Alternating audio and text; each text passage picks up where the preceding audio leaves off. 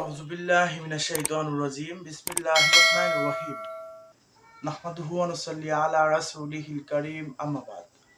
সর্বপ্রথম মহান রব্বুল আলামিনের দরবারে লক্ষ কোটি শুকরিয়া জ্ঞাপন করছি আমাদের প্রিয় নবী হযরত মুহাম্মদ সাল্লাল্লাহু আলাইহি ওয়াসাল্লামার পবিত্র কদম মোবারকে, এবং লক্ষ কোটি কদমবুসি জানাই সকল ওলি আউলিয়া পীর মাশায়েখগণের পবিত্র কদম মোবারকে। শুধু দর্শক শ্রোতা, গত পূর্বে আমরা আলোচনা করেছিলাম ইসলামের চতুর্থ খলিফা হযরত আলী কারামুল্লাহ ওয়াজহুর খেলাফত এবং তার হত্যা সম্পর্কে। আজকে আমরা আলোচনা করতে চলেছি ইসলামের পঞ্চম খলিফা হযরত ইমাম হাসান রাদিয়াল্লাহু তাআলা আনহু এর হত্যা সম্পর্কে। হযরত আলী কারামুল্লাহ ওয়াজহুর দাফন সম্পন্ন হলে সর্বপ্রথম গভর্নর কায়েস ইবনে উবাদা রাদিয়াল্লাহু তাআলা আনহু ইমাম হাসান রাদিয়াল্লাহু তাআলা আনহু এর সম্মুখে এলেন এবং তাকে বললেন, আমাকে বায়াত করেন। ইমাম হাসান রাদিয়াল্লাহু তাআলা আনহু তাকে বায়াত করালেন। এরপর অন্যান্য লোকজন তার হাতে বায়াত হলেন। সেই হিসাবে তিনি ইসলামের পঞ্চম খলিফা। এই প্রসঙ্গে আল বিদায়া ওয়ান নিহায়া কিতাবে উল্লেখ রয়েছে, ইমাম হাসান রাদিয়াল্লাহু তাআলা আনহু হলেন ইসলামের খোলাফায়ে রাশিদিনের পঞ্চম খলিফা। এর প্রমাণ এই হাদিসে, যা দালালাইলুন নুবুওয়াত কিতাবে আল্লাহ রাসূল সাল্লাল্লাহু আলাইহি ওয়াসাল্লামের আজাদকৃত দাসী সাকিনা থেকে উদ্ধৃত করেছি।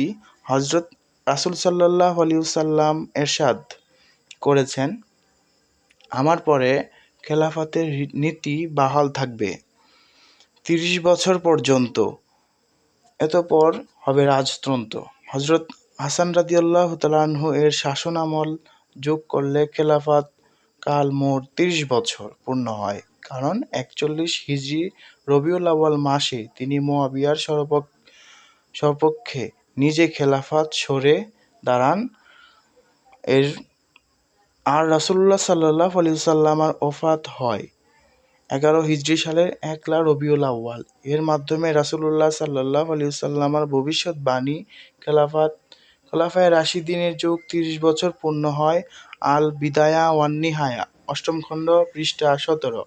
ইমাম হাসান রাদিয়াল্লাহু তাআলা আনহুকে কুচক্রী মহল বিষ পানের করিয়ে মুহাম্মদ ইসলামকে বিলুপ্তির দিকে ঘটনা প্রবাহের মাধ্যমে আরও ত্বরান্বিত করে। এ প্রসঙ্গে আল বিদায়া ওয়ান নিহায়া কিতাবে উল্লেখ রয়েছে, মুয়াবিয়া ইমাম হাসান রাদিয়াল্লাহু তাআলা আনহু এর কিছু সংখ্যক খাদেমকে বিষ পান করানোর জন্য কৌশল ইঙ্গিত করেছিল।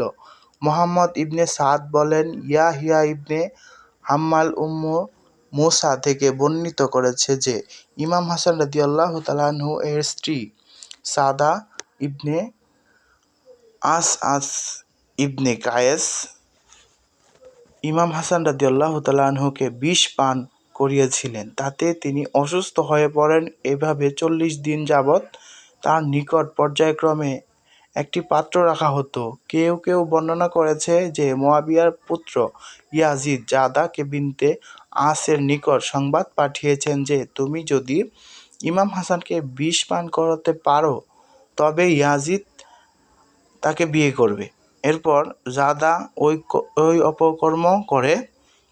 বিষক্রিয়া হযরত হাসান রাদিয়াল্লাহু তাআলা আনহু এর ওফাতের পর প্রস্তাব দেয় জাদা তাকে বিয়ে করার জন্য।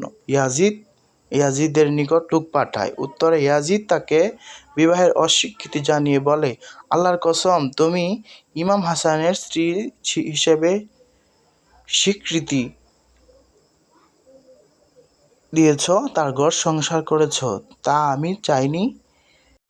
এখন তুমি আমার স্ত্রী হও, তাও আমি চাইব কি করে বলো? আল বিদায়া ওয়ান নিহায়া, ৮ম খণ্ড, পৃষ্ঠা ৪৪। শুধু দর্শক শ্রোতা, আশা করি আমাদের আলোচনা আপনাদের ভালো লেগে থাকলে অবশ্যই লাইক, কমেন্ট, শেয়ার করবেন। আমাদের চ্যানেলটি সাবস্ক্রাইব করবেন। ধন্যবাদ।